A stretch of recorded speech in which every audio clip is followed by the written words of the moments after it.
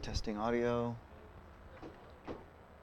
Making sure audio is working, both on this one as well as on this one. Let me know. Is this audible?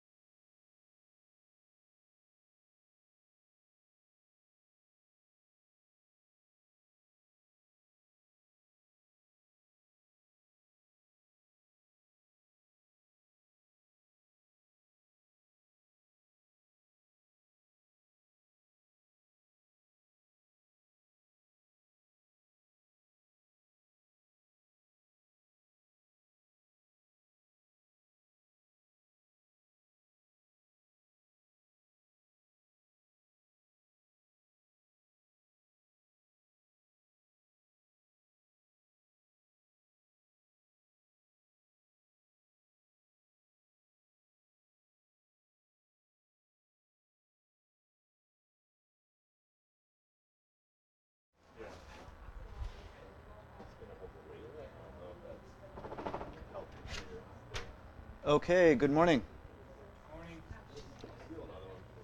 Welcome to week 2, day 2. Woo! Nobody else is cheering, but that's okay. How's everybody doing? How was everybody's long weekend? Or lack thereof? Well, mine was great. Thanks for asking. It's my first lecture with you all, so I'm really, really excited, aside from the first day. So you have the unfortunate luck of having me as your lecturer this morning. It'll be fun, I hope. You guys had a Monday already for week 2, which means that you've already gotten somewhat introduced to HTTP, which is good. Unlike our original curriculum, we jump into HTTP a lot sooner these days. I remember in the old curriculum, in the old days, it was like in week 4, I think, that we'd actually start building web apps. Whereas here, in this new JavaScript-centric one, well, I shouldn't call it new, it's been around for about 2 years now, we jump into your first web app right now in week 2, which is pretty exciting. So hopefully you're excited about building your first web server. We're going to be talking about that today. Before we get into it, a little bit of an intro from me, making sure the camera is good. So when I move here, I'm out of the view. Interesting. Hold on one second. There we go. Thank you. And everybody's able to see the screen as well, right? Cool. A lot of text on there. Don't try to read it too much. It's more for me, but we'll go through it.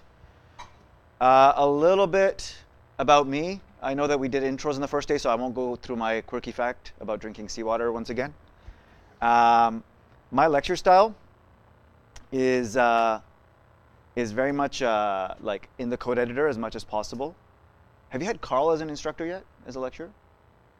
I'll use some of his prep material, so his slides. He actually likes to use slides for at least a 20% to 40% of the lecture at the beginning. And sometimes I use all of them. Sometimes I pick certain slides. Everybody has a different style. Mine is definitely more in the code editor. So I use that as my progression and as my slides, as you can see here. So hopefully that works for you.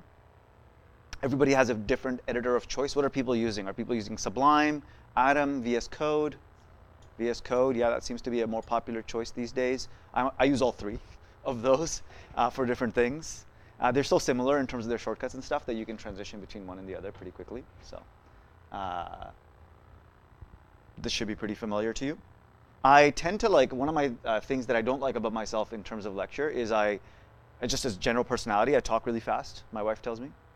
And so as I get excited about things or just lose track of that thing, where I deliberately try to speak slowly during lecture, I tend to speak fast.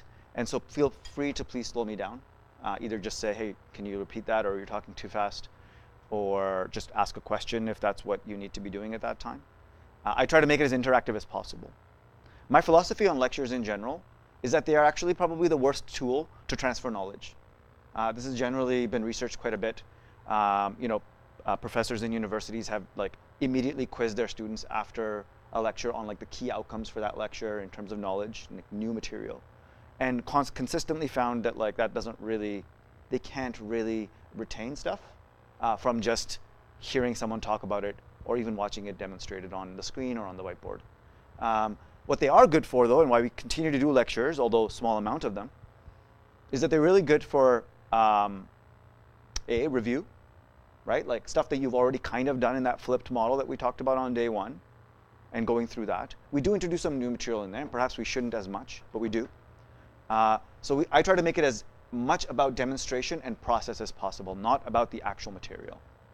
There's enough readings and content in Compass, as you've already probably noticed, that you don't really need the lecture to teach you the concepts that you're going to learn for the day. Is that a fair statement?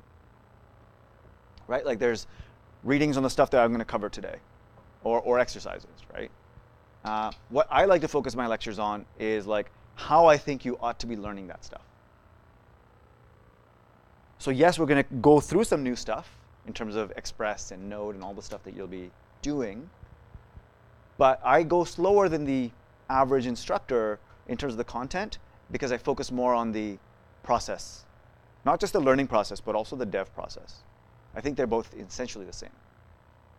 And I'll try to highlight that as much as possible during my lecture. Okay. It is interactive, which obviously means for Calgary, please, I've got my phone up here, so feel free to ask questions or answer questions in the Slack channel.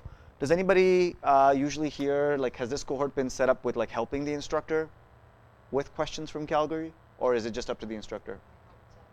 You help Nima a little bit? Yeah, so if you don't mind, some of you or even one of you, just being your proxy person to ask the questions in case I missed them from Calgary. Also, in this lecture, one of the things I made sure I made a note of is that we officially start using ES6 as of lecture. So things like const and let, which are technically in the breakout for today, start getting used in the lecture indirectly as well. Have you guys already kind of been exposed to const and let a little bit? Some say yes, some say no. It depends on your learning journey a little bit. You could ask questions about that as I go, but I will kind of explain a little bit. Really, if you see const or let, just in your head you can see var, and that's fine for now until we more formally introduce it in breakout today. I'll be your breakout person as well this afternoon. So week one was very much like about exercises, right? It was small little apps that you build or scripts that you write, all of which run on the command line to introduce those fundamental programming topics or reintroduce them because some of them were introduced in the prep course. How was week one for everybody? Disastrous? Disastrous? A beautiful disaster. That's a good, maybe we should have a title for every week, and that should be like the title for week one, as quotes, a beautiful disaster. Hopefully everybody feels somewhat comfortable with the fundamentals of debugging and programming. But I don't think, just like with a given day, a given week, I think like it gives you kind of expectations and a little bit of that context, but it's going to take practice to master all of those things. For example, callbacks, right? You just got introduced to callbacks. You started using them quite heavily yesterday, along with some other stuff like streams and crazy shit like that that you got introduced to yesterday. Maybe, if you got there, right? And callbacks are something that like take time, even though when you look back a few weeks later, you'll be like, oh yeah, callbacks, like that's easy. But when you're learning that stuff, it's a paradigm shift and it takes time. And so that's okay. It's okay that when callbacks were introduced, by the end of that day, you weren't comfortable with them, or even the next day. We're building on that stuff, right? So it may seem like we're just moving on before you've solidified that knowledge, but don't worry, you get to practice that stuff all the time. And so I'll be talking quite a bit, like we'll be using callbacks a lot when it comes to HTTP, and just like you did yesterday, we'll be doing a lot of that today as well in terms of using callbacks. So,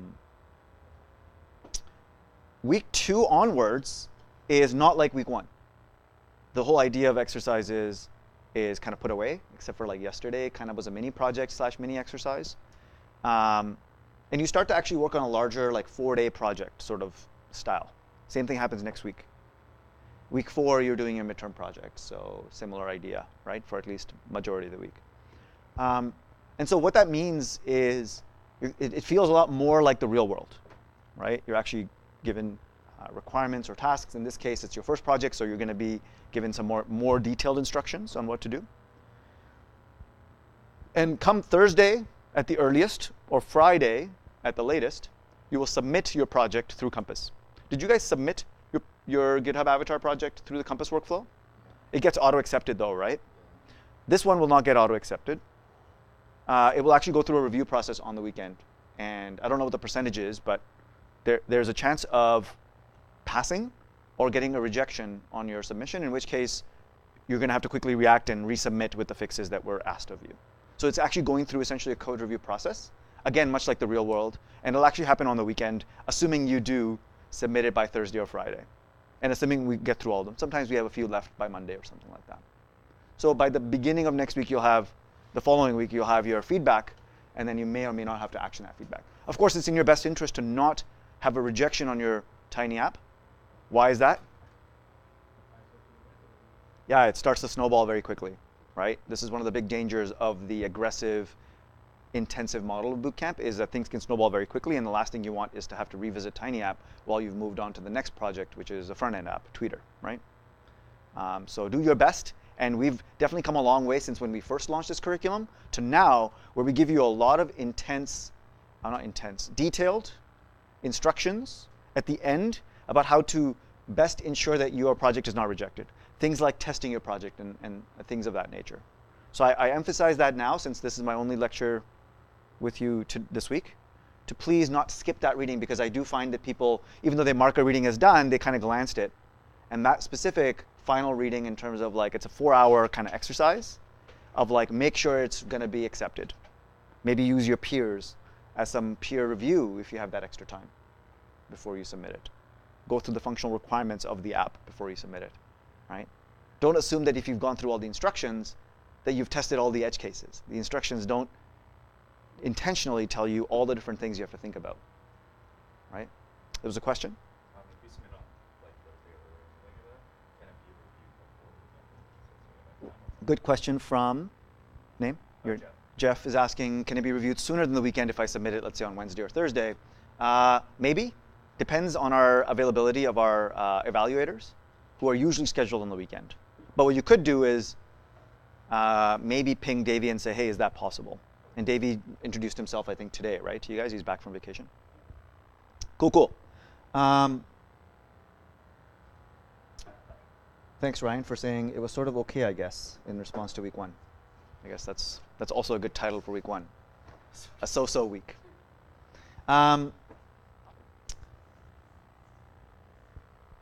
So I guess I should have used Carl's slide 2 there to show you what he's prepared for talking about Project 2. It's Tuesday, Wednesday, Thursday, Friday. Friday we keep kind of open. It's not like too much new content for the Tiny app, but gives you that buffer day along with some stretch material in case you're done. My hope is that by Thursday end of day you'll submit. Although this is your first project, and based on feedback that we get from every cohort, it ends up being one of the most stressful projects as well, initially. It's going to be a lot more stressful this week than week 1, in case you're wondering. You're welcome. Cool. That's what you're here for, right? We're all masochists in some way here. So what we're going to do next is a quick demo-based kind of talk on HTTP servers. Before we go into that, I like his slides. We're going to talk about what is a server. And the word server is pretty generic. In our case, we're talking about an HTTP server. And we've already been familiarized a little bit with HTTP, right? On the client side. What did we do yesterday? We made HTTP requests using Node and its HTTP library to an external. I like to use a certain technical jargon deliberately, just so that you get used to like, oh, this is how like devs speak of these things, so that you start doing it too. But obviously it's a balancing act because I don't want to do too much tech jargon. So I'm going to use words like endpoint or server, right? So you hit up I think one endpoint on GitHub, right? Which is to download or to get, sorry? The contributors, right? The contributors to a repo. And then you downloaded their avatars, right, I believe. So the endpoint was like, get me the contributors for a given repo, and it gave you a bunch of data back. What format was the data? Stream was the type of object that you were dealing with in terms of how it was coming back at you, in terms of like it's a stream of data as opposed to all the data at once. And it was a JSON string. Those 2 keywords is what I was looking for. It was a string in terms of actual data that you were processing in Node. And then the format, the type was string, and the format was JSON in terms of the string, what the string was looking like. JavaScript object notation, right? Essentially a string that looks like JavaScript code that really just looks like objects and arrays, right? Is what that means. In any case, now we're going to be working on the server side. Same idea though, right? Through the browser, through curl, through something, a client or user agent will make a request in HTTP or HTTPS, in our case HTTP for now, to our server that will be running locally. Stuff will happen that we will have to put as logic. In the case of the contributors, they probably looped through all the contributors for a given repo and then responded and then turned that data into JSON and sent that back from GitHub. In our case, we'll be doing something obviously simpler. And that will come back as a response. In our case, we'll just be doing HTML-based response for now. This week, I know we focused on JSON on the first day, but we don't really focus on JSON up until week 3 again. Okay, so we won't worry about JSON. We'll put that aside for now. It's something that comes back as we work with APIs. But for now, we'll be doing even simpler stuff, like just returning HTML.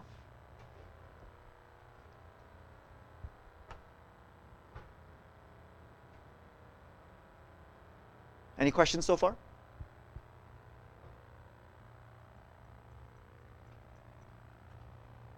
Nice. In terms of servers, I know it's a generic term. So in our case, we're hitting up a web server. It could be for the purposes of a game or for something else, but we're building more of a web app, right? And we could also use the word database. Like sometimes people say database server or game server or web server. In our case, we will eventually have a database as part of our web server. But we're not going to connect directly to the database server from our browser. We're going to be connecting to a web server using HTTP. More on this later. But there could be multiple kind of pieces here. And in our case, when we say server, we're referring to a web server here using HTTP. It doesn't have to be HTTP. It's just that with web, the protocol of choice was HTTP. Right? When you're potentially playing popular video games like, I don't know, PUBG or Fortnite or whatever the cool kids are playing these days, in case you do play video games, that's connecting to a game server, and it's likely not using HTTP.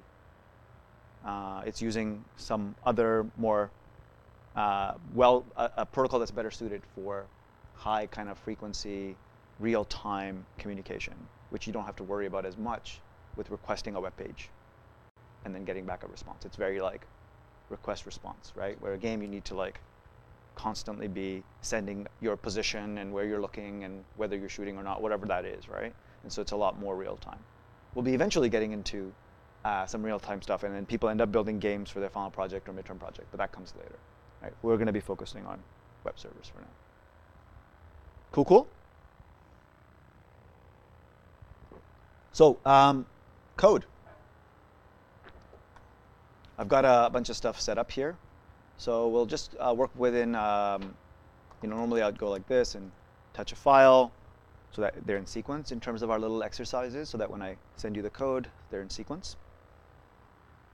By the way, in terms of note-taking, who here takes notes during lecture? I'm curious. 2 people, 3, not a lot of people, which is fine because like you get your notes at the end. Though for the ones that do take notes, curiosity, what do you write then? Are you following along in terms of code? Hopefully not.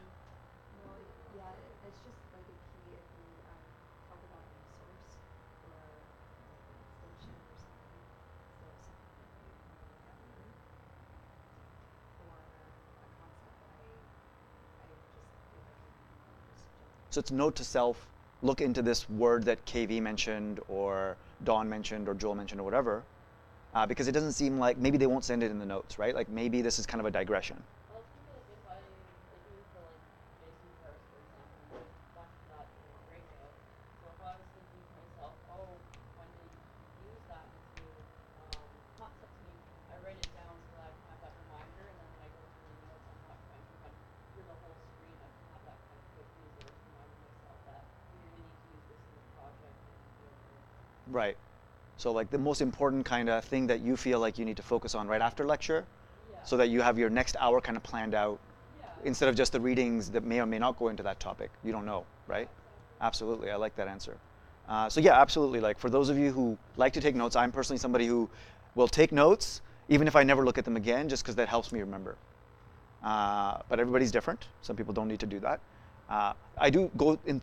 I end up doing digressions quite a bit in my lectures, again because I'm focusing on process and not so much on the bulleted list of things that we need to cover in lecture. I'm less worried about that. And so I would suggest that certain digressions that you may want to write down, because I don't guarantee that they'll be in my notes, right? Okay, with all that said, time for some code. So what we're going to be doing is creating like the world's simplest HTTP server in Node in order to start talking about that stuff. So much like yesterday, we're going to need to require the HTTP library/module, right? And in typical Node fashion, that's going to return me something that's being exported by that module, as you learned on Friday, right? Module.exports. And so it's either exporting an object or a function or something, and I need to capture that so that I can start using it, right? Feel free to interrupt me, because I do try to focus on reviewing while I'm teaching new things. So if you're like, actually that's not clear, can you explain that? Totally cool. All right? So we're going to need to assign that to a variable. Instead of var, I'm just going to use const because I know that that's going to stay constant. I'm not going to reassign that var to anything else.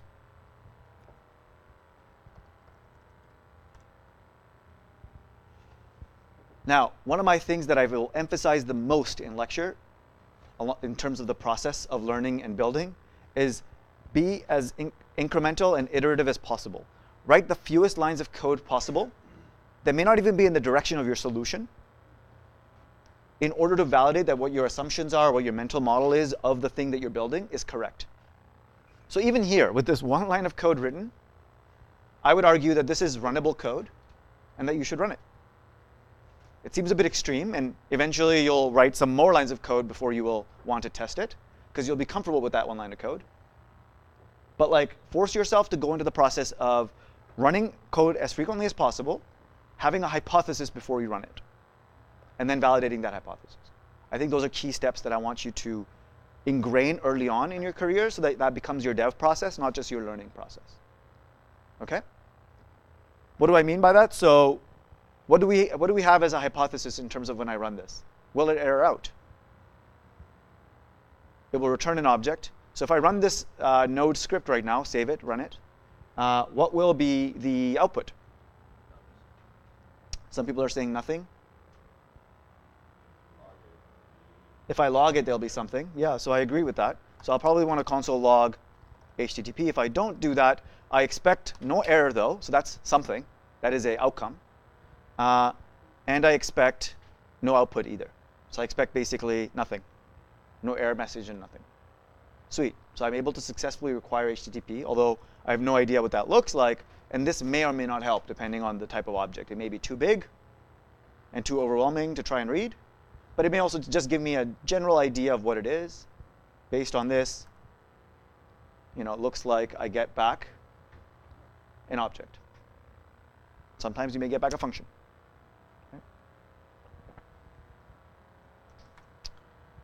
And in our case, we're not making requests to an existing server. We're actually creating a server. Agreed? So we're actually going to use, I'm going to pretend like I looked up some documentation, the create server function that already exists. I'm told by documentation, let's pretend, I have interest of time here. I'm told by documentation that this is the way to do it based on a tutorial or something.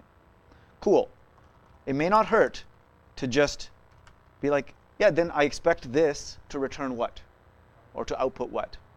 Something about a function, right?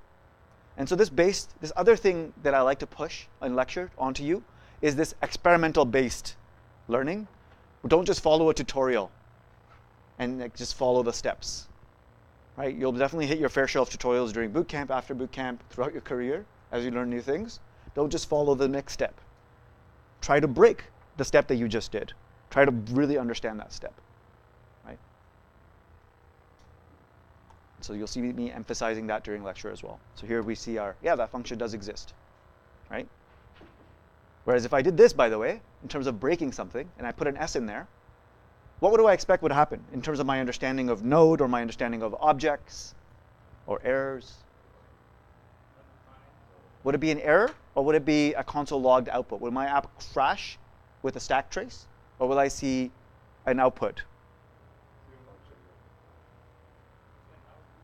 Somebody's saying function not defined. Another person is saying output. So we have some different answers here. You're saying it'll output undefined. Is that what you're saying? Or error undefined? Because I can open up Node, and if I say ABC here, right, trying to refer to a variable named ABC, it's basically saying that ABC is undefined or not defined, right? That's an error, though.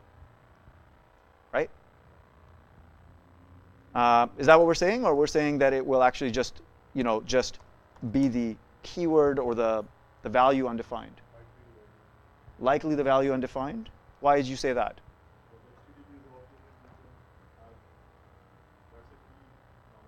Yeah, because HTTP, we know that is an object in that constant or in that variable. And so when we have an object like that, and we say dot something on that object in this way, we don't get an error.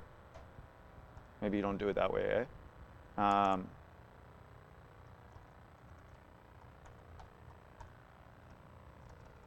We don't get an error. We actually get the value of that property, to use deliberate words here, object property. the value is undefined by default, so it doesn't error out. So we expect no error there based on this little side experiment that we just did. We expect just undefined, being output, right? Do these kind of things as you're going through your little steps in whatever you're doing, okay? And I'll do that to the best of my ability here because that's just how I also work, right? Okay, so we're gonna call HTTP create server, and we're gonna give it a port that we're gonna listen on. We can pick any almost any arbitrary number. I'll talk about ports in a second. As well as the local host IP address to bind to. Normally want to give it 127.0.0.1 in order to say, hey, this is going to bind to my local IP address. And then a callback function. You're used to callback functions looking like this, I assume? Yes? Anonymous inline functions. Are you used to seeing them as arrow functions yet? Some of you maybe, some of you no. Whenever you see this with the parentheses, that's with the arrow, that's basically the function. Just slightly different in terms of mechanics, but you can pretend they're the same, arrow functions and inline functions. So I'm going to start using this syntax, but you can in your head pretend you see function if that makes you feel more comfortable, like that. Is that cool? Is there any real advantage? I mean, surely right? The question is there any real advantage? I'm assuming other people have that same question because like, why are there two ways of doing the same thing? Or what I'm told is the same thing, although I'm told it's not the exact same thing. And I don't want to go too deep into it, but I guess I'll give you a high-level answer in case you want to Google it further, is that it has a different way that it handles scope.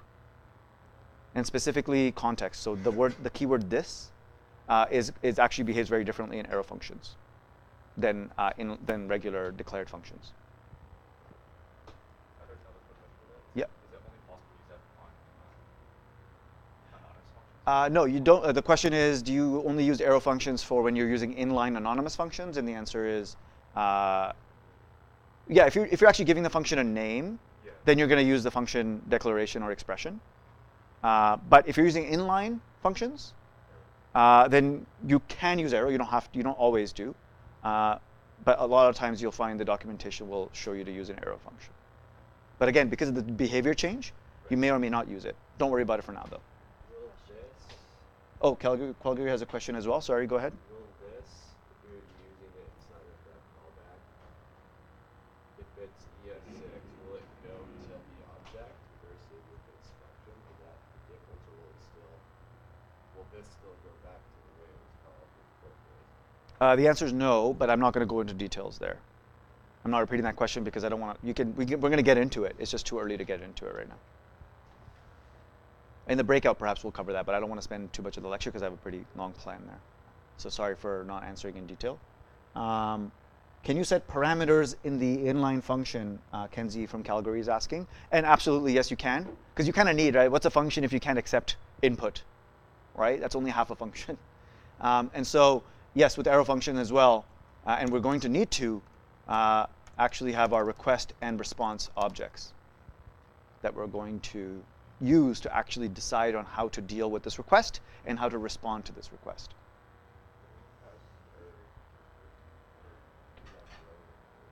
Good question around errors as the first argument. In this case, no. But we do see that pattern quite a bit, right? With errors in the first argument, like you did yesterday. Yeah, but not in this case. Good catch, though.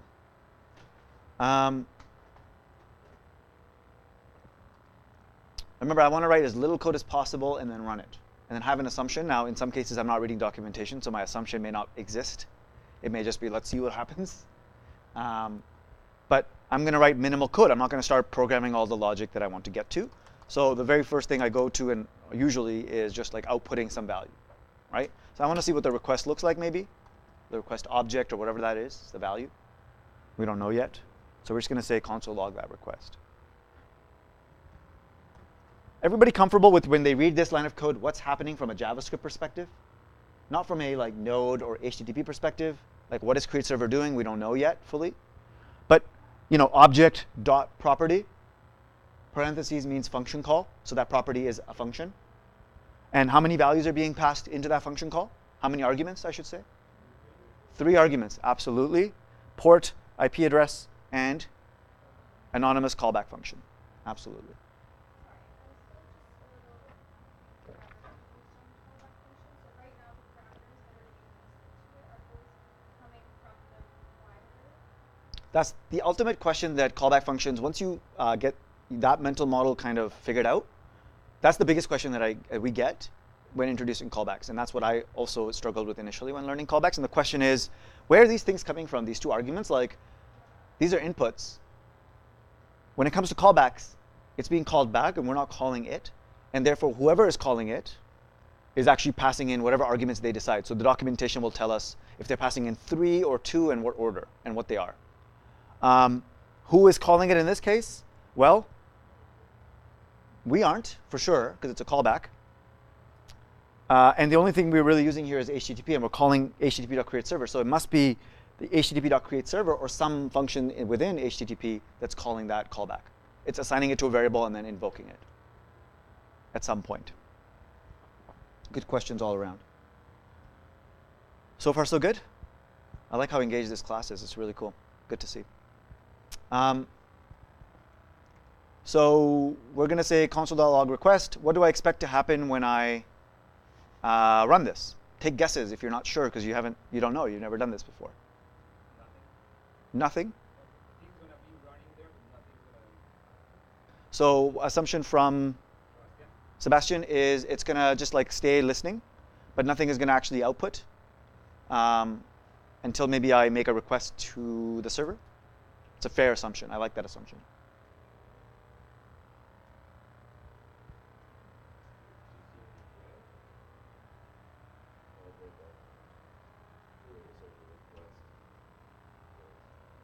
So you're saying you'll get a console log potentially? A console log should happen when this callback is called. It seems to me that this callback would be called when there's a request based on just the signature of this function. So I would actually guess that this would only output once I actually hit the server, not when I run the server. When I say hit the server, I mean make a request in my browser to like localhost 3000. And then in that case, it will output a request, is my guess, right? Yep.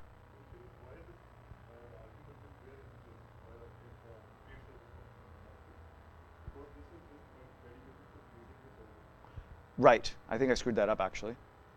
So actually, I think it's like this. My bad. I'm not something I use all the time. It's actually just one argument. And this is what it looks like. Sorry, my bad. So it's really just create server request response. It's the callback. So I just cut that into my clipboard. My bad. So this is what it looks like. But your assumption is good in that we shouldn't see anything, and it should just keep running. There's one thing that's different is that it actually doesn't keep running. In fact, nothing actually. The script is ended. So I'm not actually just waiting for requests, which is what I expected to happen. So my expectation was wrong. And so if I further look into documentation, I'm told that, whoops, great. I'm told that I need to actually assign this to a variable. And then on that, I need to call listen with those parameters. And so now it will actually start listening and bind to that port. And now it won't just end when I run the script. Yep, I'll get to the question in a second. And so in this case, I also have a callback to just let me know when it's done listening, like when it's actually attached itself to that port, in this case 3000, in order to accept requests. Okay? So this callback function is really just, what I would normally do in here is just console log ready or something like that. We can make it nicer, but for now, let's just keep it simple. So what I expect now is when I run this, based on documentation, is that when I run it, it will take a few milliseconds or something in order to like set up a connection or set up a port setup. And then it will output ready. And then it will just not exit. It will stay there listening.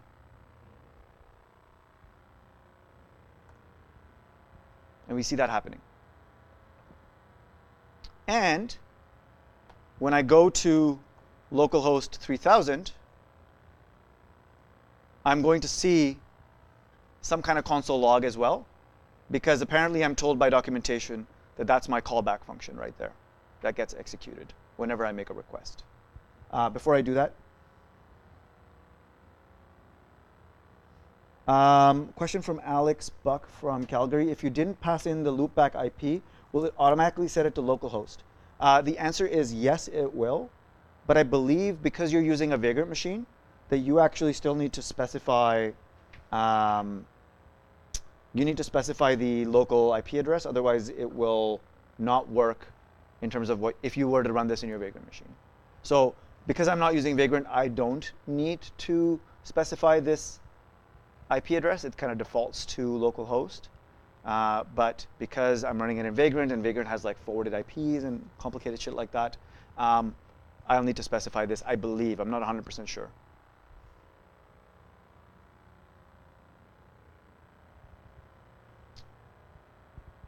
So let's make that request really quickly. It's just sitting there spinning. But I do see a pretty big object being output to console log. I'm not going to go ahead and read all of that. Right? There's a lot of like stuff in there. It's not really going to add value to what I'm doing. But I at least get the idea that it's an object, and it seems to be labeled incoming message in terms of its type.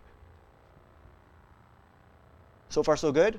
Obviously, some eyebrows raised, questions, blah, blah, blah. But like, this gives us a little bit of a, okay, like I'm able to actually make a request. Now, I made a request. It's still spinning.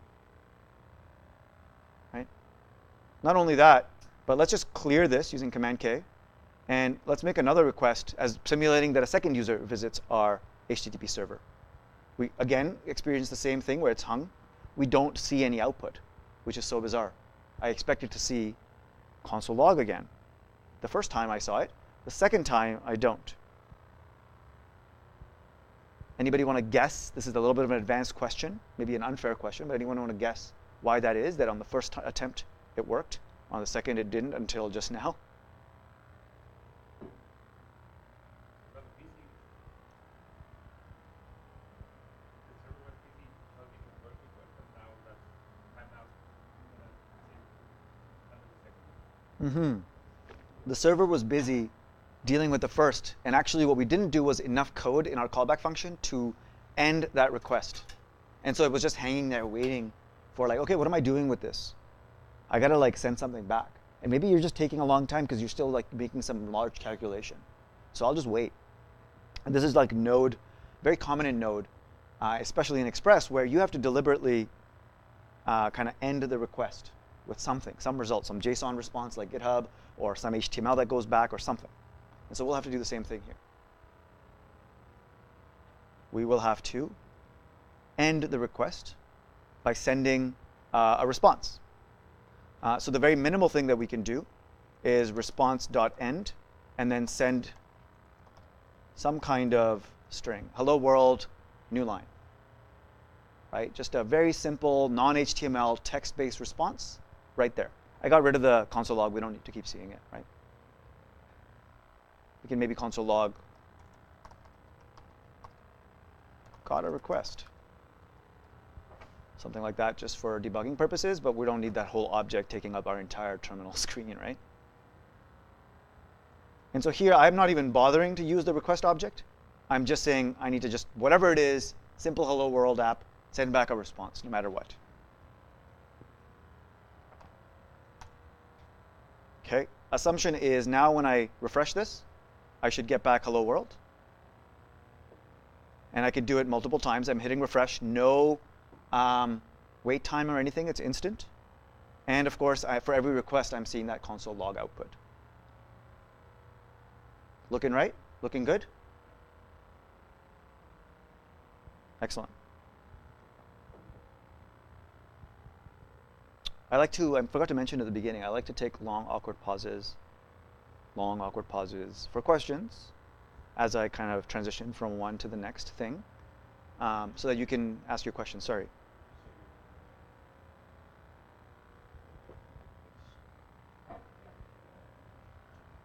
Where would you set your timeout? I'm guessing somewhere in the server setup. I actually don't know. I would look that up in documentation, I guess. It's a good question, but I guess not really needed at this point. And generally, people, I think, just use the default timeout. I don't know exactly what it is. It seemed like it was 10, 20 seconds, which is quite long.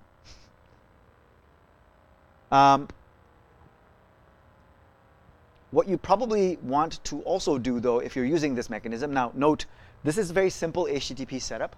We're going to be using Express at the end of this lecture and beyond when you're actually building your tiny app for project for this week. You won't be using the HTTP library directly. You'll be using another library/module called Express, which kind of gives you a little bit better control, so you don't have to do all of the things yourself. We'll get into what those things are, so you'll see what I mean.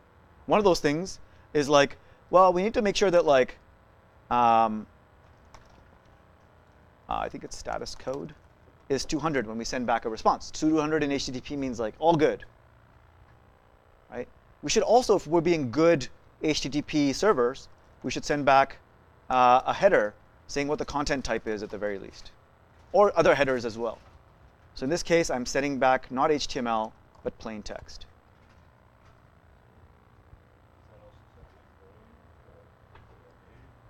Does that set the encoding to UTF-8? I think that'd be a separate header. I think it's encoding header, right? So this is just plain text, and then you'd set another one. So you basically have to manually, one line at a time, set all the content headers that you want, but you get a lot of control in order to do that, right? Let's see what this actually looks like in terms of result. So again, we'll restart our server. And maybe I will even just use curl instead now, just to demonstrate that like localhost or 127.0.0.1, both of them will work. Port is 3000, so that's our URL format, just like we put in the browser. I'm able to put that in, and I actually get my response back very, very quickly. It's a very simple app. And if I know how to use my curl, I can say -I, if you recall, to get back the headers instead of the content itself, just to see what comes back in the metadata that in the response itself. Does this look familiar? And also, does this look in line with what we expected? We've got back the content type text plain, and we've got our HTTP 1.1 status code of 200, OK, coming back. So who wrote the two additional lines? The date and the connection, good question. Who wrote those additional lines? You may be expected to see only two. But I guess my guess would be the HTTP library server decides to put those in. Maybe you could decide to overwrite them and cheat. But those are kind of, yeah, sure.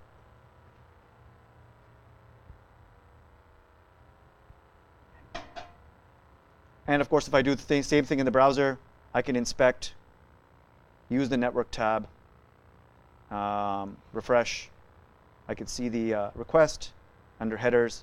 I see the exact same, or nearly the exact same information, just formatted a little bit nicely. Response headers. Those are the response headers that came back in our curl request, right?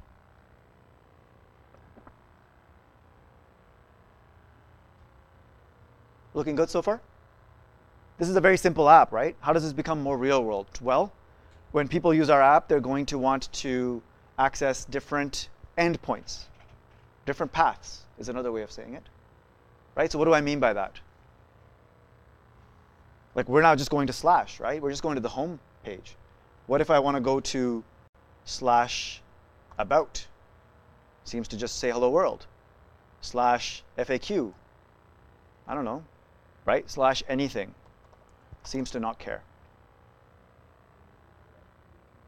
So we need to be able to handle different paths. You know, some sort of an if statement to say if /about, if /FAQ, handle it differently, right? So that will be the next thing we can do, is quickly just in a separate file, just to keep things separated in terms of our notes. I've just copy pasted this code. And I would say, OK, I need to know which URL they're trying to request. And based on that, I'm going to respond different things. So I'm going to do this the very simple way, and then we're going to make this a little bit better. The very simple way,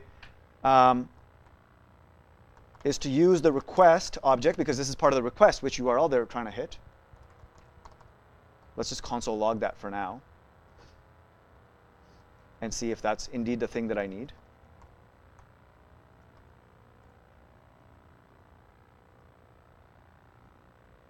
So when I refresh, I get I'm console logging request.url. And it seems like URL is a property on that object, and it tells me a string of what was the important part of the URL that I need to see. Right? It's a very misleading property because that's not a URL.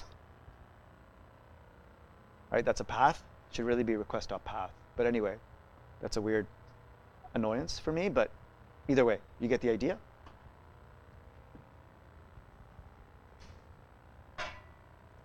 And so here, what's the simplest thing I could do to handle about and home page differently?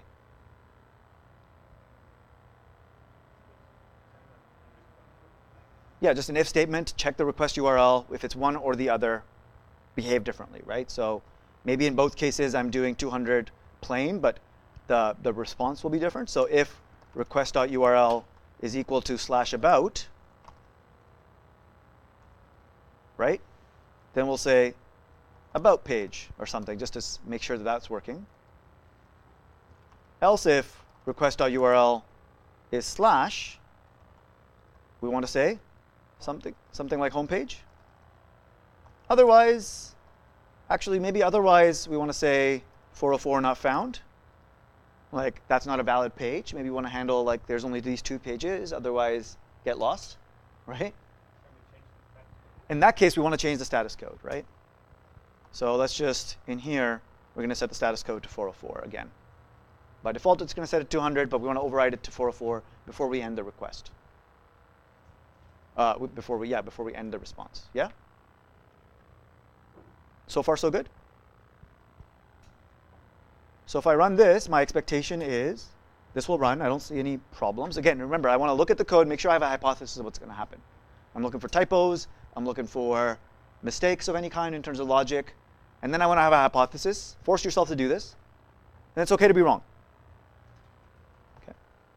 So in my case, I believe /about and / should work. We'll get the respective things. And then hopefully, if there's anything else, we'll see a 404. We can use curl to see that, or our dev tools. And it'll say not found. So if I go to /anything, I get a not found.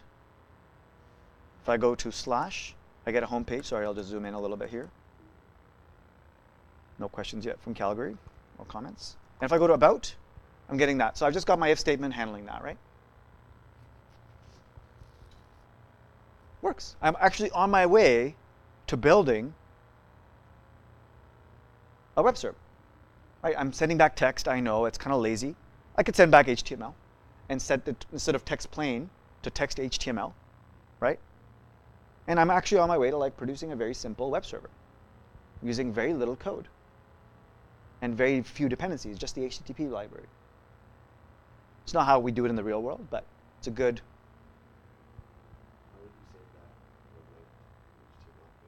How would you send back a link HTML page is a good question. We'll get there. So I'll just say hang tight.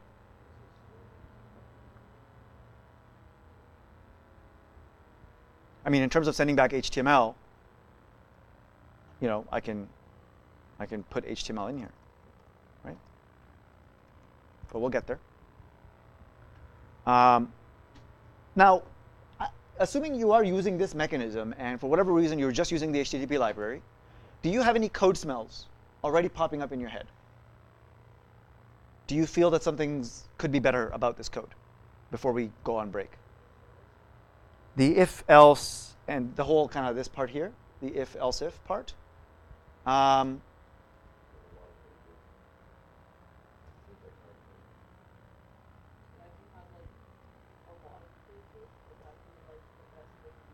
Exactly. Your name? Zoe. So Zoe says something that I agree with, which is like, what happens when you have a more realistic app and it has 20 different pages?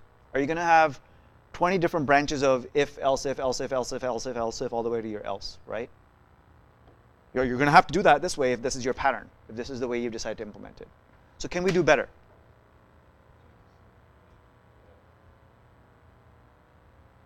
Not that this is something you're going to do for Tiny App, but let's apply our dev skills and make this code better before we adjourn for break. So in the next 5 minutes, please. How do we make this better?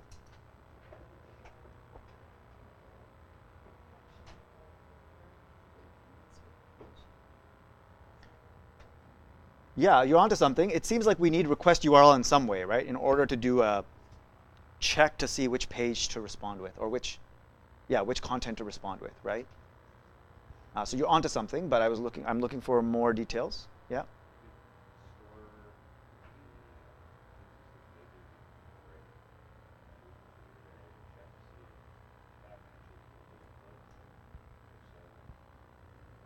You're onto something. Your name?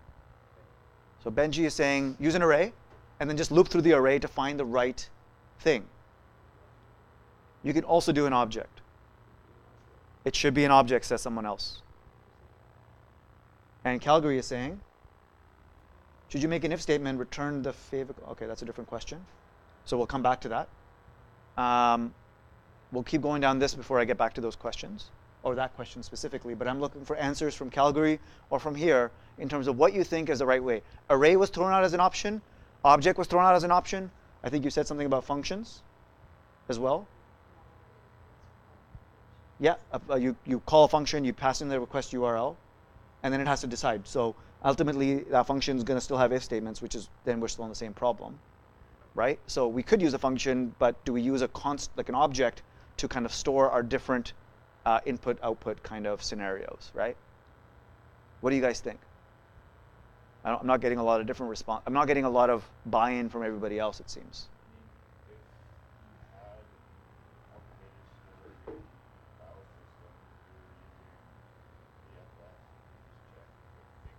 For sure, if we were using file system and we were checking for files, then that would be a very different kind of piece of code. We're talking about improving this code. And so, yeah, definitely real. This is not real world, but this is like, how do we make this code better? Because that's something you should be asking at every step. Yeah.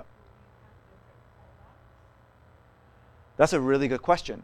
I think we would need to, because we can't just say, what's the string that I want to return with?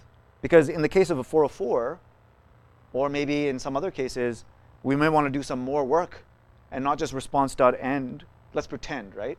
And we may want to response.200 something else or something else, right? So I would argue that we almost need different callback functions for different endpoints or different paths. Do we agree? So how would you map each path or URL /about, for example, to each callback? I use the word map very intentionally here. What construct can we use to map a given key to a given value? An array is close to the answer. An array doesn't have keys, though. The keys are just the index. So I would have to loop through the array, which seems cumbersome. I'd rather just look up /about in my array and get the value instead of having to loop through the array, because I already know the key that I want. I shouldn't have to loop through. So what I need is an associative array, which is a fancy way of saying map or object in our case. The generic term for it is associative array, but it's a mouthful, and so we just say, a map or an object. Let's just use object for now. Let's not confuse ourselves with map, which is another thing that exists in JavaScript. But we are using an object really as a map, mapping a key to a value. Is that a fair statement? So, oh boy, putting me on the spot here. What's the definition of an associative array in one line? If you're making me go there, I wouldn't be able to do it on the spot, but my guess is that it would be something along the lines exactly like a map, which is it's a collection of values that are each assigned a key. So it's mapping a key to a value. Well, an array-like object in the fact that it's a collection. So like a JSON, like a parse JSON file, essentially. Is that No. Parse JSON is a function. JSON.parse is a function. what you get back? What you get back is an object usually. And then in that object, It's an array, but it's got objects. oh, I see what you're saying. Yeah, so I guess the object you're getting back in a generic sense is an associative array. We are using our objects as associative arrays, essentially. But that's not all that objects do for us. As we know, we can put like logic and business logic and stuff in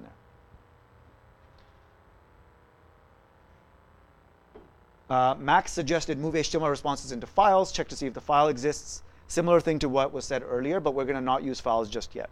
So we're just going to put it into an object to map those. So what does that look like?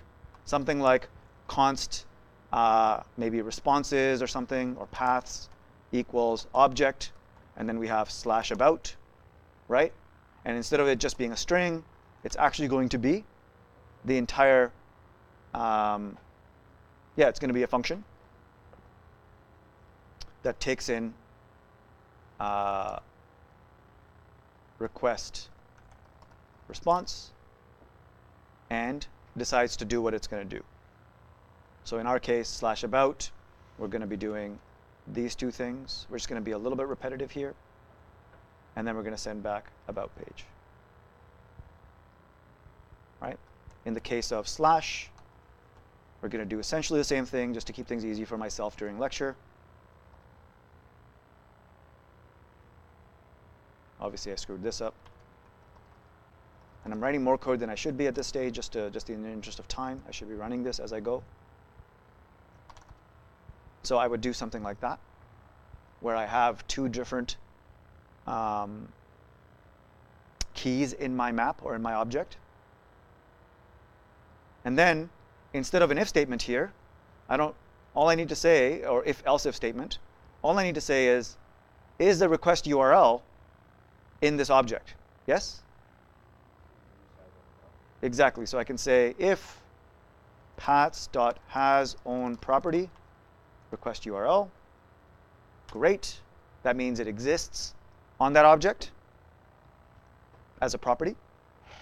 And then I can just call that function, right?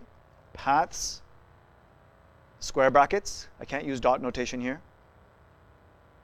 I can't just say dot request.url or something like that. I have to use the string to invoke that function, to call that value. And we know this is a function that comes back, right?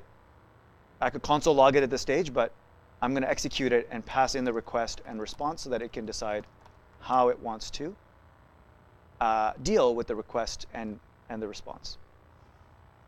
I want to still probably have an else, because what if it doesn't exist in that object? And that's my 404 scenario.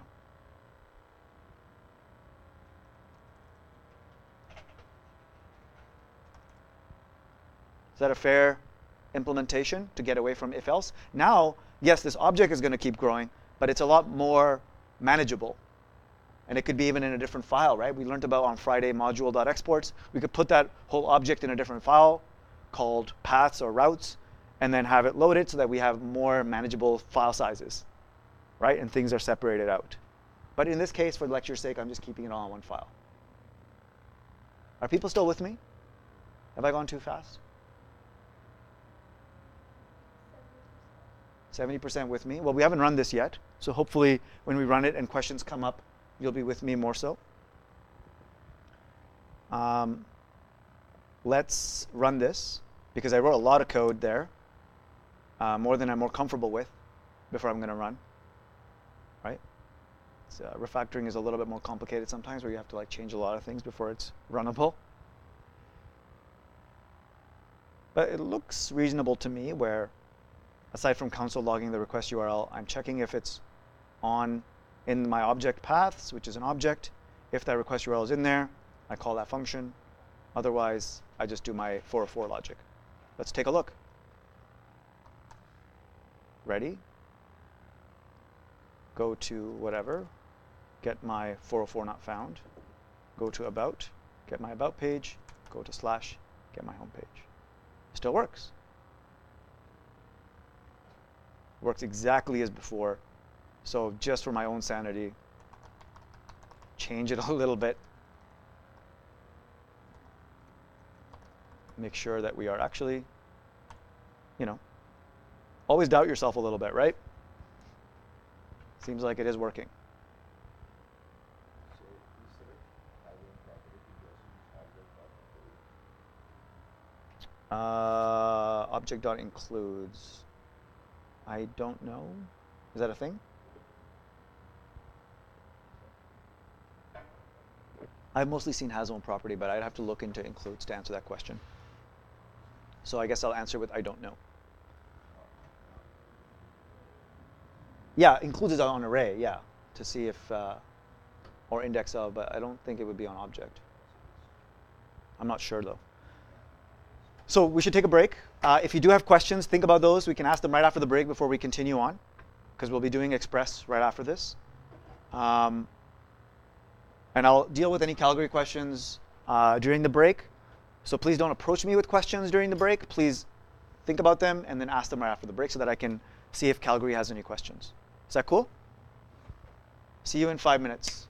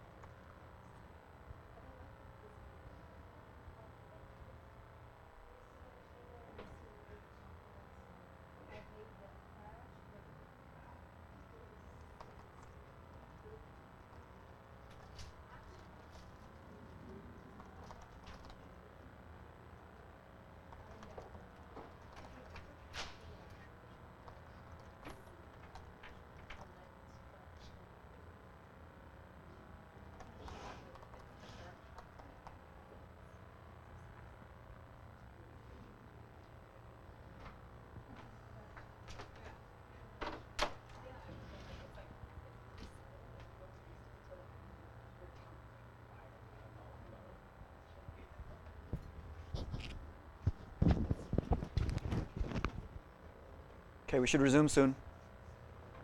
So take your seats.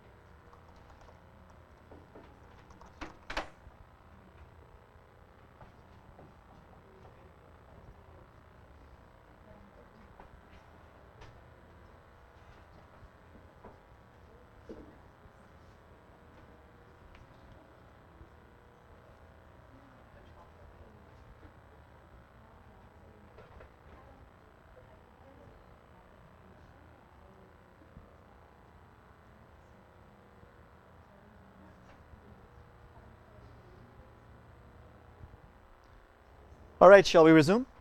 How's everybody doing in terms of energy level? Good? That's good. For those of you who said that. For those of you who didn't or don't feel that way, I apologize. So in terms of our plan, let's see where we are at. What about handling different routes was what we tackled right before the break, right? We did it kind of a rudimentary way with just if, else if, else if, else if, else if, else if, else, essentially.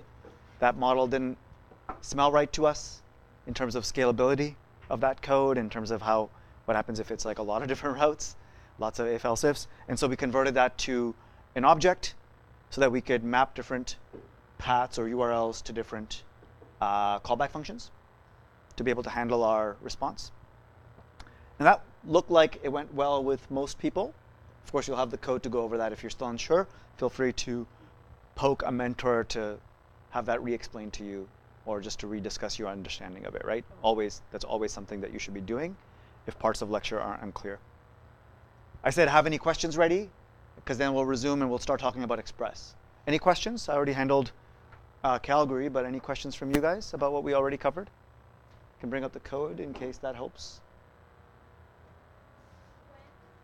Is there like a very explicit way to know when to use dot notation versus bracket notation? It's a really good question. In terms of fundamentally using objects, like we did kind of rudiment, like we did a little bit, right? You don't get a lot of time with it. In terms of week one, the question is objects. I use dot notation, I use square brackets notation. What's the difference, or how do I know which to use when? For example, here we use square brackets. You knew to use square brackets, but how would I have known? Does anybody else want to, instead of me answering that, does anybody else want to help? Yep. So dot notation is when you like know the name of the property, and the name of the property is like not a string. And bracket notation is if you want to pass like either a string or a variable. Yeah, it's a good. I think it's a good explanation. You use the dot notation when you're like, I want dot. Well, let's look at an example. Even this property here, that's a dot notation, right? Dot property. So object dot property. I knew the name of the function that I needed to call or the property that I needed to invoke. Has own property. So I'm not going to use square bracket. I could actually use square brackets here. It just seems overkill. I could do this.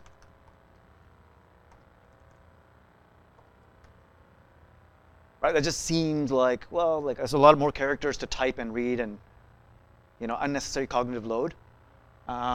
Whereas this is more elegant with the dot notation. So that makes sense there. Dot notation, whenever you know the name of the function or whatever you're trying to call on the object. Same thing with the request dot URL. I could have done request square brackets URL with a string. But we use the square brackets on the paths because we didn't know the name. It's dynamic. It's in some variable. In this case, the variable is request URL. It's in some other place. And so we pass that in. And then you definitely have to use square brackets. You don't have an option.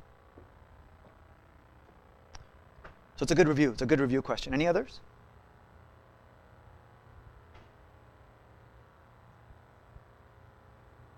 Great. Let's talk about Express. So for your project and for real-world apps that are built with Node, so companies that you may end up working with, Express is a pretty common library that ends up being used. There are some alternatives that are out there, so Express is not the only option. And it was built fairly early on in the Node ecosystem. So it's been around for probably the longest compared to its competitors or alternatives.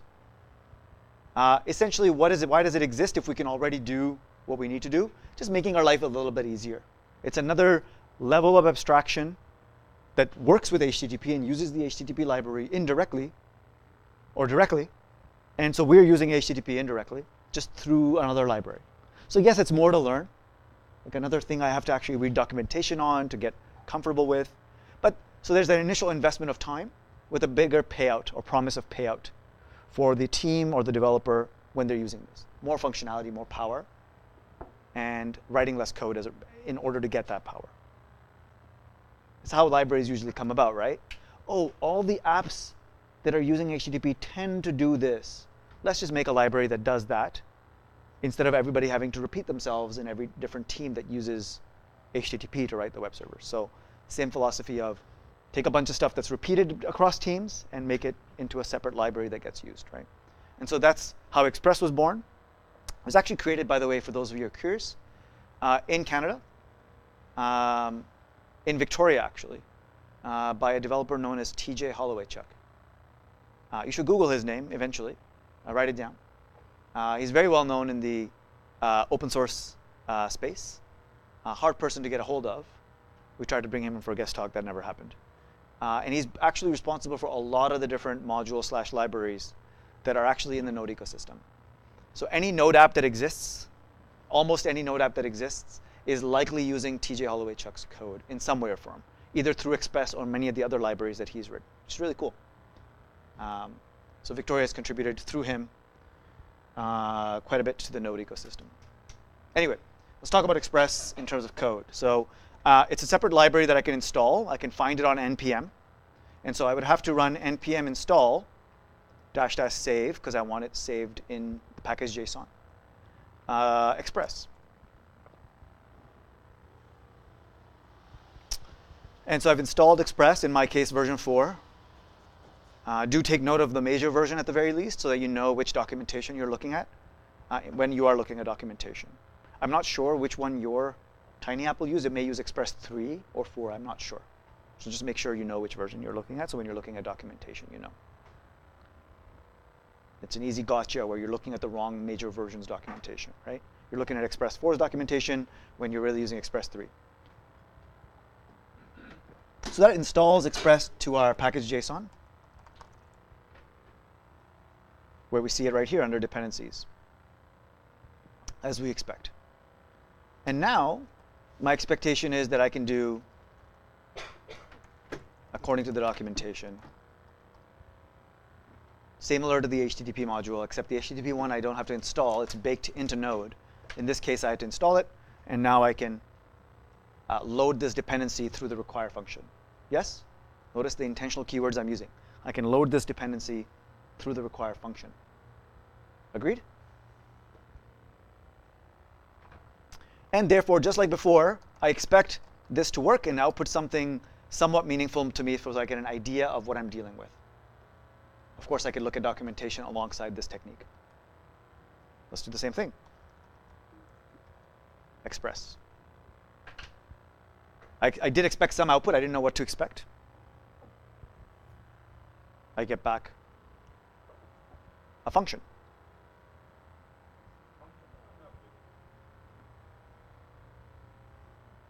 A function object. A function.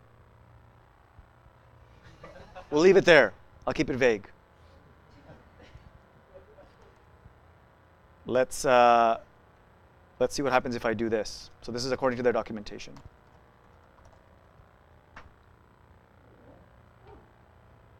That's the next line that I would run, most likely.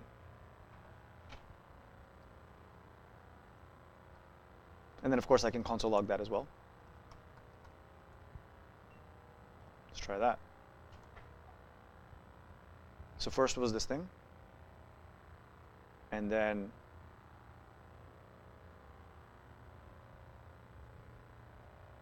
this thing. I have to be vague on that answer because it's a complicated answer. We'll get there eventually. Yeah, so we get another object slash function back. Obviously, we're not going to go through all of its details. And at this point, my app completely exited, so that wasn't really useful because I needed to listen and bind to a port, right? So it needs to kind of hang there and take in requests. So that still doesn't happen. And similarly, I need to do, the listen command, as we did with the HTTP library. In this case, I think I can just not, I can not pass in the port or IP address and it will be fine, but I'm not 100% sure. You'll discover that in your assignment. For me, this should work. And instead of just saying whatever, I'm going to be a little bit more verbose here. Maybe even use template strings from ES6 so that I don't have to use string concatenation.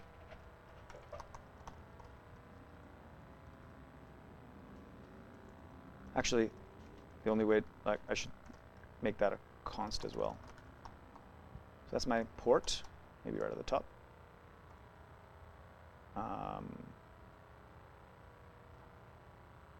And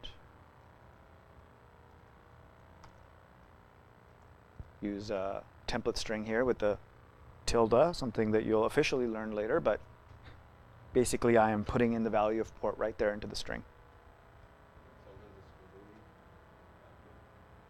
Sorry, my bad. Yeah, the backtick. Tilde is a squiggly, my bad.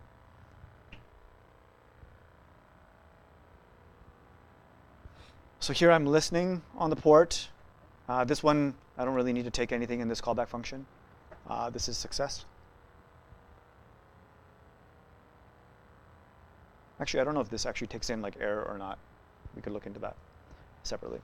And so now I expect my Express app to hang there and not return terminal, because now it's bound to that port and listening for requests on port 3000. What happens if I haven't really defined any kind of logic here? I've just got a boilerplate Express app running. I'll get to your question in a second. So what happens when even if your tutorial is saying now, go ahead and create more code, the dev in me wants to go, well, what happens now if I try to access that? Because it's listening on that port. And that's what you should be doing as well. So let's open up a new tab and go to localhost 3000. So I do get back some kind of generic, looks like some kind of generic 404. I assume it's a 404. I can't actually see the status code in my browser. I could use DevTools, or I could use curl.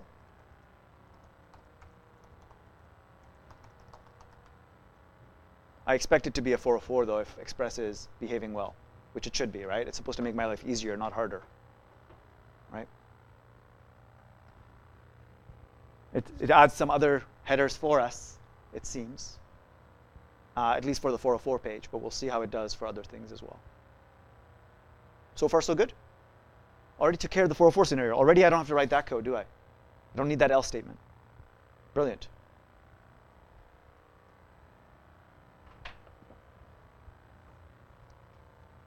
Awkward pause for any questions or comments, because there was one actually, yeah. So, just trying to understand, so the listen function has that callback, and then you'll have different parameters based on what the function callback. Yeah, I think so the question is about the callback for listen. I think you're confusing, as it's very easy, as I did earlier on as well, to confuse the callback for the listen as we did with HTTP versus the callback for handling a request, which we have yet to do for Express. So the listen callback is just like, let me know when you're set up so that I can let the user know, whoever's launching the server, everything's good to go.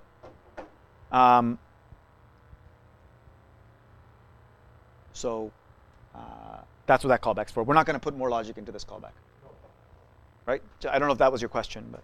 Well, yeah, just like the parameters for that callback are connected to the list. We're not doing any parameters in the callback here. Yeah, but okay, yeah. Right? It's just an anonymous function with no arguments, Yeah. just like with our first example. The other one we haven't gotten to, but we'll get there, yeah. Yeah, the parameters. I don't know what you mean by the parameters are connected to that. Can you elaborate? Okay, so why don't I go further and then you can see if that helps or if you still want to ask a question differently.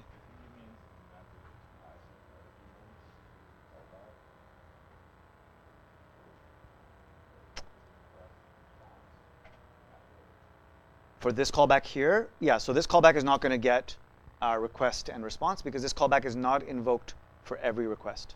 This callback is just invoked when we launch and listen to the port.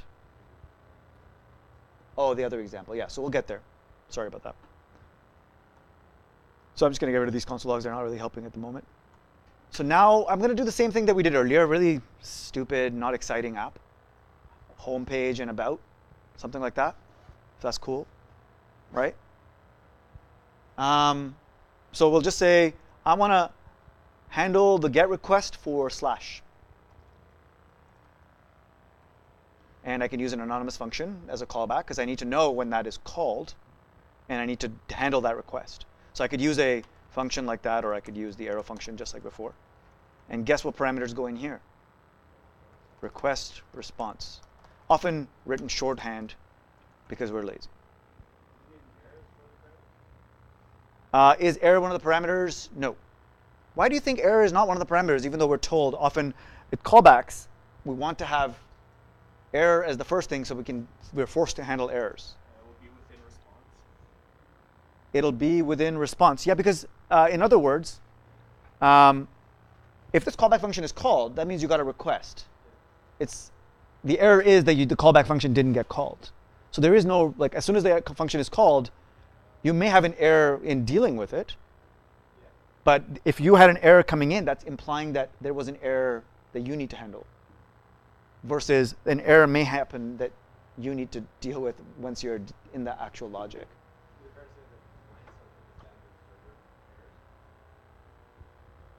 Is it fair to say the clients don't send the server errors? The client actually could send a very malformed request, for example. Then you'd send an error back, exactly. That's what I was saying, but in a poor explanation. Right. Yeah. Yeah. Good question.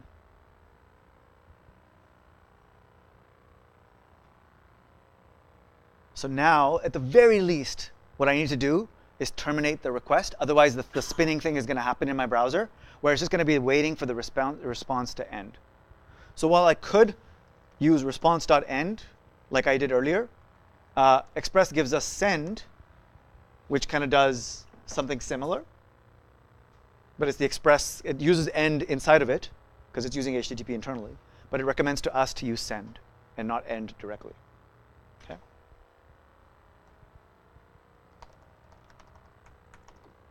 We're going to do our simple example just to keep things relatable from our very first example.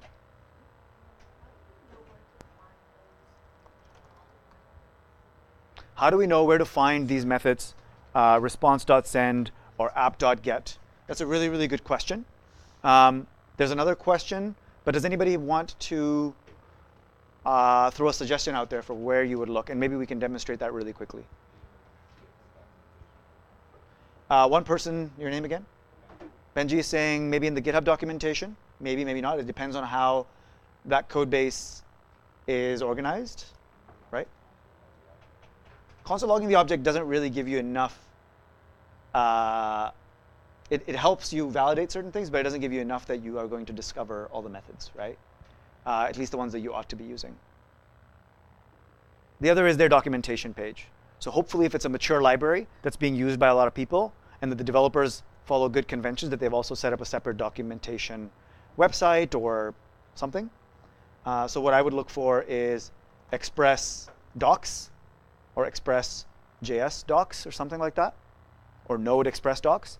And here actually, it seems like I'm landing, and I don't know if this is exactly what I want. In my case, it seems like it's version 4, so that's what I want. And it says API reference. So let's take a look at that. Oh, that looks very similar to what we did. And then there's a bunch of stuff I can read at this point. Now, this gets tricky because you don't want to just read it like an essay. You want to look for keywords that you need at the time. So I often find myself when I'm given a page like this long, look at this. In this case, this is an extreme example because everything's on this page. But like I saw maybe in a Stack Overflow or some other documentation .send. So I'm just going to type .send in my find and try to find that on the page and try to find examples. That's how my eye scans it, is quickly looking for examples of code versus large pieces of text that tell me how this thing works. I'll go to that later. Everybody has a different preference, right? Oh, that looks very similar to what we just wrote, isn't it?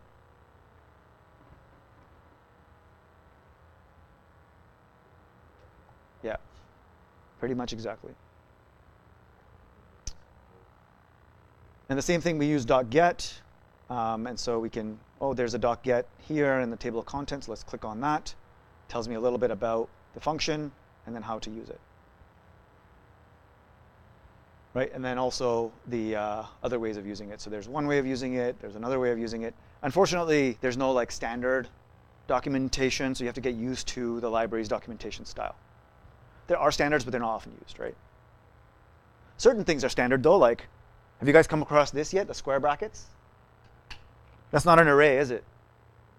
That's just optional, right? Exactly. So documentation has its sort of standardized notation that we do see, but the format and then the way they've organized this is whatever they decide, whatever makes sense to them.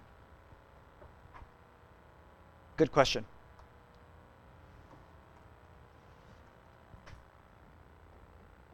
We've got about 20 minutes left. I tend to go all the way to 11. I apologize. Are you guys still with me? Energy-wise, everybody's OK? Try to finish at 10:30, but I usually fail at that. I don't lecture as much as I used to, so my timing is not as good as it used to be. We want to get to a point where we're like implementing closer to something like Tiny App, so I want to go a little bit further. First of all, we've written a bunch of code. Let's make sure it works.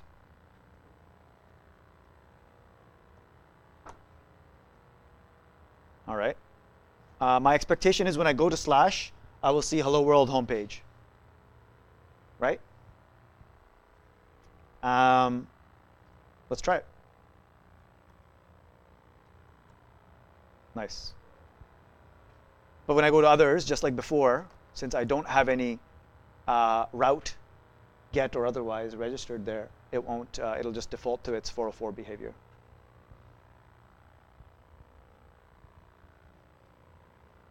Right, because I tried to do some crazy route there. What's different about this approach is that I don't have to do an if, else, if, right? For every route, I'm calling a method on the Express app object.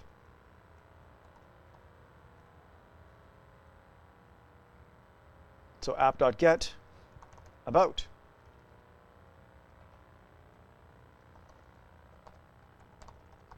Whatever it is, right? I don't even think I need that here. I think it adds a new line automatically. I'm not sure.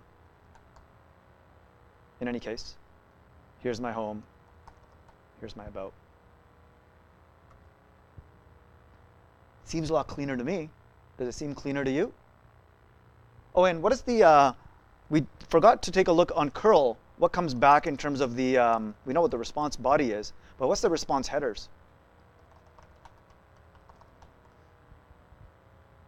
Seems to do a little bit more work for us. I don't have to say 200. It actually adds some custom headers. You can decide whether you want to show them or not. You can overwrite that. So it's saying, hey, I'm powered by Express.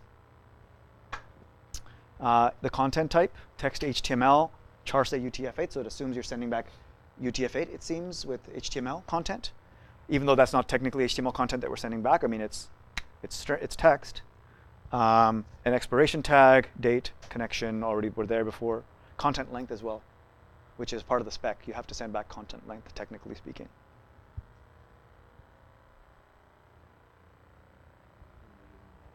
It's measured in characters, I think. Yeah. Bytes, I guess, yeah.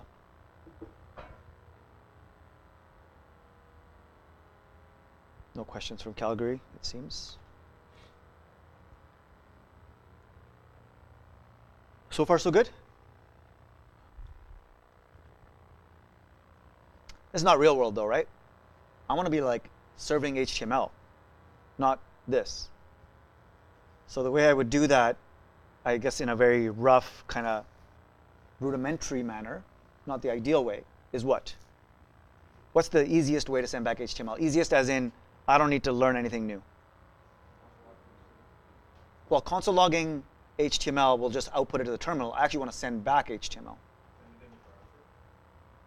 You would write the actual HTML code where you have all of the Exactly. You just write the HTML right here. So let's say I wanted a home page with a link to the about page. Okay? So I guess it would be, first of all, I'm just going to write like crappy HTML just to simplify it. So there's going to be like HTML. There's going to be a bunch of head. I'm going to skip the head, go straight to the body. I guess I have a paragraph with a link tag. HTML doesn't care about white space, right? It's just for formatting for our sake. href, about. Maybe there's a hello world homepage is maybe an h1, right? And then you got a paragraph with an about, and it says about, and we close the A, and we close the paragraph, and we close the HTML. Holy crap! It's already getting ugly, right? I did? No, oh, I did. Okay, let's just get rid of the body. I'm too lazy. So this may not be the best formed HTML, but browsers are pretty forgiving and will accept this as valid HTML, right? These days, anyway. Did I close the A tag? I did. I'm using double quotes inside, which is why I kept my outer string as single quotes, so I don't have to escape them. And this should apparently work. Let's see. Gonna go to the home page, and I expect to see the H1 as well as the about link. I can click the about, and that will make a separate request, a get request to /about, which returns our about page. Right? Code smells? Yeah, like WTF over here, right? You're telling me I got to write all my freaking HTML this way? I hope to God not, right? So we're going to iterate on this a little bit before we end the class. Yep. I was just thinking the same thing. Like you would never really be writing this. You would be referring to a different page to pull Yeah. all this information from. Like you would never just like copy all of your HTML and post it. Yeah. Now my technique is to show you a problem and then show you a solution, right? So yes, we could jump straight to the solution, but I like to like pretend like we're back when before all the solutions were created and say, okay, now what do we do? Like let's create a better solution for this, right? And so let's walk through that narrative in our head. I have to respond with a pretty large document of text, HTML. My first inclination would be, well, like these ES6 template strings exist, which allow me to like even have like concatenation done easily, because I might want to put some dynamic content in there. So why don't I use the backtick and actually format this nicely? And when I end the backtick is when the string ends. And I know I could indent this better, but this is starting to look better, isn't it? And you know, let's just for the sake of demonstration add like your user agent, and then we can actually do some string interpolation, and we want some dynamic content in that string, so we don't have to use plus and end the string and restart the string and do concatenation thanks to template strings. And so we can say, oh yeah, request dot headers user agent, I think it is. So that's going to grab the user agent header from the request, which just tells us like what is the browser's data information. We're just doing this for demonstration purposes. It's not something you don't have to remember what the hell this is, okay? Don't fall into that trap. I have to remember all the crazy headers? No, you don't. So now I expect when I go to the home page, I would see something like your user agent. It would say something like Chrome, and everything else will stay the same. Whoops, my hypothesis was wrong. It says request is not defined, so I guess I have a typo in there. What did I do wrong? Yeah, you used request with Yeah, it should be rec, the shorthand version. So I'm going to fix that, rerun it, and now I expect it to work as I expected initially. Looks like Alex Buck may have a question or a thought. from Calgary. Maybe not. So far, so good. This is looking better. Are you happy with this as a solution? If your entire Tiny app or whatever you're building with many different pages, both with dynamic content that's server-side, kind of server-side rendered, as we call it, is that it seems like a step. It seems like it's slightly better than what we had before, but it's still a string in our code, right? So do we like it or do we not like it? Still don't like it, right? Like this is just a small example. What if it's likely it's a very large document with a head tag, with body, with links to different CSS files, with links to JavaScript files that run in the browser, all of that stuff, right? This would get too large. Yes, I could take this whole string, put it in a different file.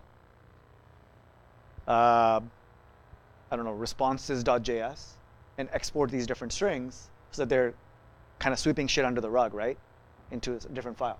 But it's still a JavaScript file with a lot of text in it. Do we agree? What we want is essentially to be able to call a function that returns us the string. And also, it's not just a static string. It has some dynamic pieces to it. So it can't just be a function that just returns a string.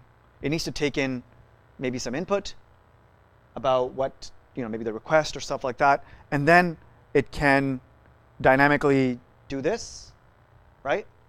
And then it will respond with the actual value back, with the whole string back, the HTML string. So I could move this into a function, but ultimately, I have large pieces of JavaScript files still that have a lot of text in them. Still feels a little bit weird. And so what was conjured as a solution is actually flipping it. Here we have JavaScript code with text as a string, but with JavaScript code inside the text. Why don't we do the opposite? Why don't we have text files, because this is predominantly text, with embedded JavaScript, as opposed to JavaScript with embedded string with embedded JavaScript, right? Which is more complicated. So a better solution is actually to use another library and to use templates. So what we're going to do is we're going to say, yeah, let's just put that HTML in a file where we're used to it's going to be syntax highlighted like HTML, so I'll be able to read it better. It'll have better indentation and things like that. My editor can recognize it as HTML, but I want to put some JavaScript logic in there too. It can't just be a .html file. Because if it's a .html file, that just means there's no JavaScript in there. It's just static. I may want that, but in this case, I don't. So I'm actually going to use another module called EJS.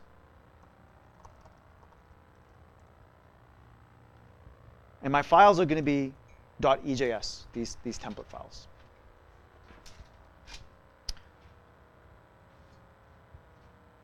So I'm going to require EJS.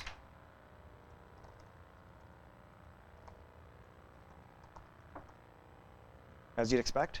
And let's just quickly look up their documentation. EJS, Express, Node. I don't know. Those seem like logical keywords. May not be the best first result, but let's take a quick look. This seems like a tutorial / explanation, npm install, great. Oh, actually, I don't even have to require EJS, my bad. All you have to do is give it the string EJS to express, and it will do the require for us. I don't end up writing that code a lot, so it still takes some memory. So here we're just saying, hey, Express, for your views, when I ask you to render a whole bunch of HTML, expect to find that data in EJS files, please, and use the EJS library to handle those. And what we're going to do is one more line of code. Or maybe not. I guess it defaults to the views folder. We're going to put our views, our templates, in the views folder. And then we're going to call upon them. So I'm going to keep the homepage one like this so we have it as our example, although we would technically convert it. And instead of using send, I would say render and the name of the file. So now I've moved that data, that HTML, into a separate file called about.ejs. Okay? And I'm using the render to tell Express that I want to render it from a different file, that text. Let's restart and run this. What do I expect will happen at this stage when I run this? You don't know because you've never used this before, but have a hypothesis, make an assumption.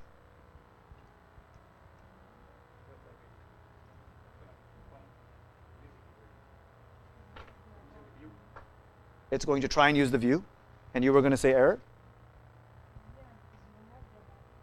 Because we don't have the about file, you expect that if you built this library, you'd probably want to throw an error, right? You'd be like, where's the file? Which makes sense to me. So it will try to look for the file, as you said, and then it will likely fail because it can't find the file. Let's test that hypothesis instead of just following our happy path.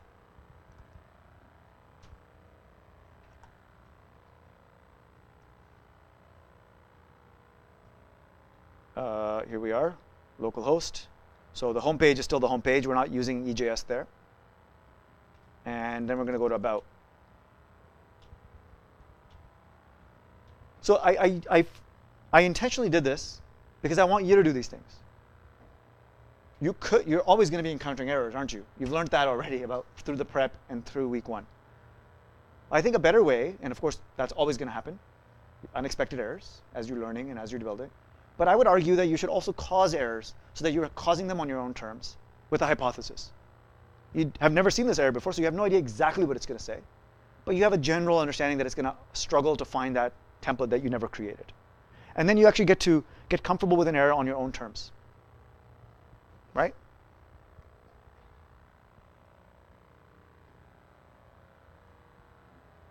So this, I'm not surprised to see this, just like you had suggested. And your name, sorry?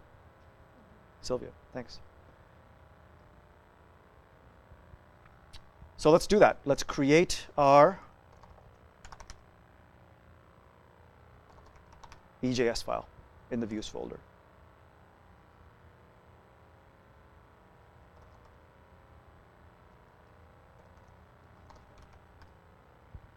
Something like this. Keep it very simple for now. I don't know why I'm using all caps. I'm yelling at the user quite a bit these days. About! And in theory, this should work from what I'm told by documentation. Not a lot of work. And not only have I taken out the HTML away from my JavaScript logic and separated it out, but also it's text first, not JavaScript first. I don't need to use backticks or double string, double quote for string. This is string by default. So I skipped that step, which is nice. My editor and other things simplify this for me. But what's nice is I can still do like dynamic code in here. So I could say like, I think it's like this. I forget the exact. Whoops, I think it's, yeah. Sorry, oh yeah, what am I doing? It's like that.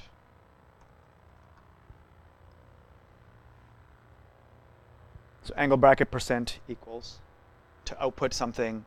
Maybe that's a variable or something like that. In this case, I've just hard-coded it to be a string.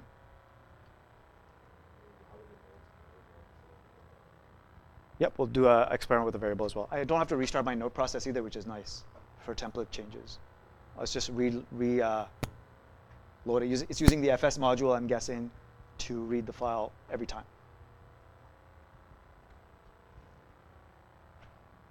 In fact, I could actually not use equals to output a value, but actually do things like if statements that don't output a value or for loops.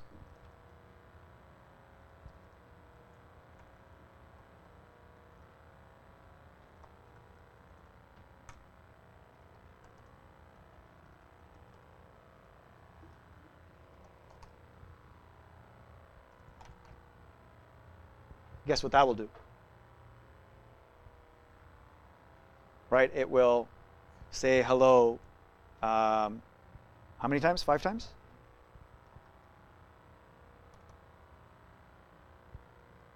And of course, as you would expect, I can also use I here, since that's a variable that's available in here. So I basically flipped it, right? Now when I need to use JavaScript, I need to use special characters to say I'm going into JavaScript land here versus HTML land.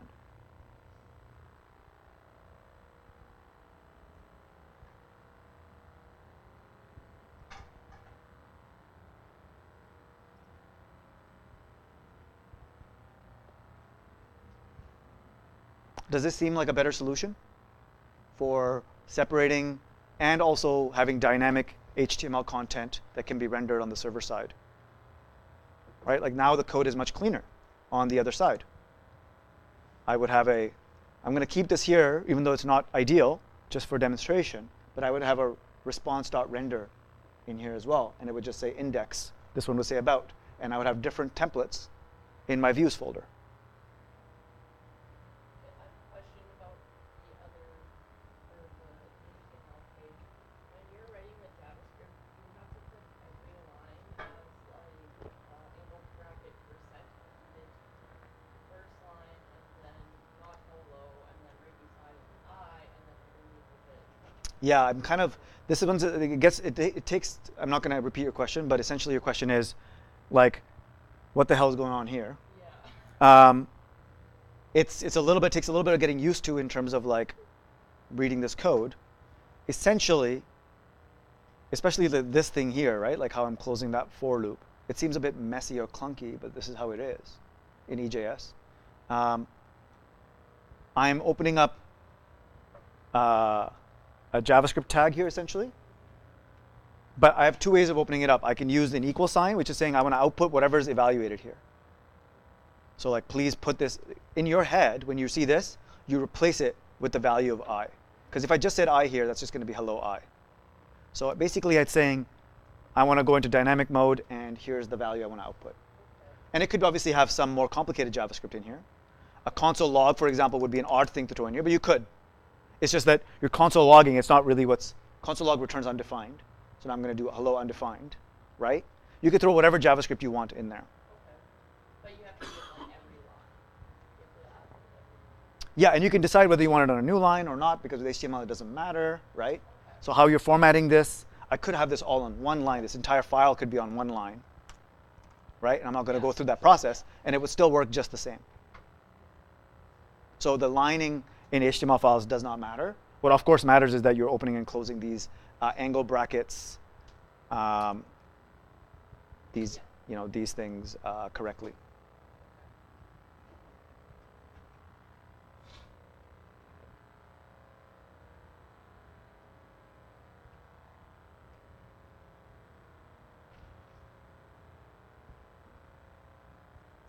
Lastly, and again, I don't expect you to remember all of this from lecture, but might as well demonstrate it.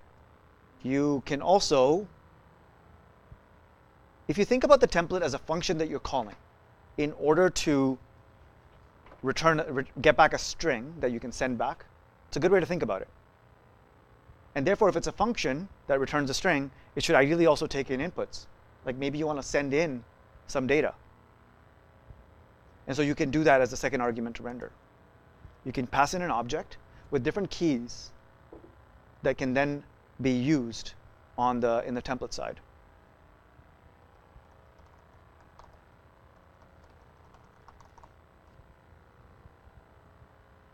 Right? And so then in my about, I can maybe say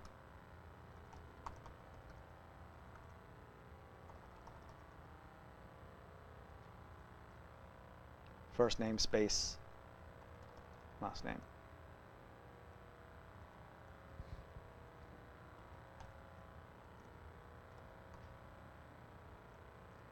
Something like that. I'm just indenting for my own sanity, right? Anytime I open up a tag, no matter what it is inside, should be ideally indented. Here you could argue the same thing on line 9. Right? And now I should restart because I've updated my JS file as well. but you get to see that I can pass in dynamic content from the callback function that we had, the app.get callback function, all the way to the template, and pretend that the template is really just a function that returns a string. And the string is essentially your template string with a bunch of JavaScript in it if you want. And you can pass in some data into that function in order to make a more dynamic HTML thing come back. Does this all make sense? My stretch goal, although not as critical in part of my plan, was we talked about what about rendering HTML, we talked about Express, was talk about middleware, which I feel like it might be too early to talk about in this lecture. But what I'll throw out there, and you can just take it as a note to self, is Express is built with middleware, like middleware pattern. So it uses middleware. And what that means and what that is something that you could read up on, but you don't need to worry about it too much. You can not know about it and still build a functioning tiny app even by the end of the week. But hopefully at some point this week during lecture, you'll be able to go a little bit further into it. So maybe I'll cover it in breakout if we feel like we have time. Or if not that, I'm not too worried. Oh, perfect. Question from Calgary. They were quiet for a while. Is there a reason to use EJS over Pug? Yeah, so this is one of the things I wanted to actually say, but I forgot. EJS is just one example of a template engine where you can put HTML into a separate file, and you can use JavaScript inside of that file.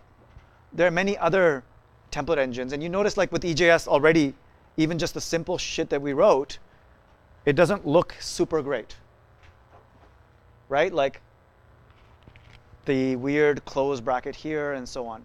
So some people have different philosophies on this and used template engines like Jade, which you can Google, another digression to write down if you want. We're not expecting you to use Jade. EJS is used in the wild. I don't know what percentage is EJS versus other things in the Express ecosystem, but you can explore and see some of the different options that you have available. But I would suggest that you use EJS for Tiny App unless you want to maybe a stretch replace EJS with something quote unquote better.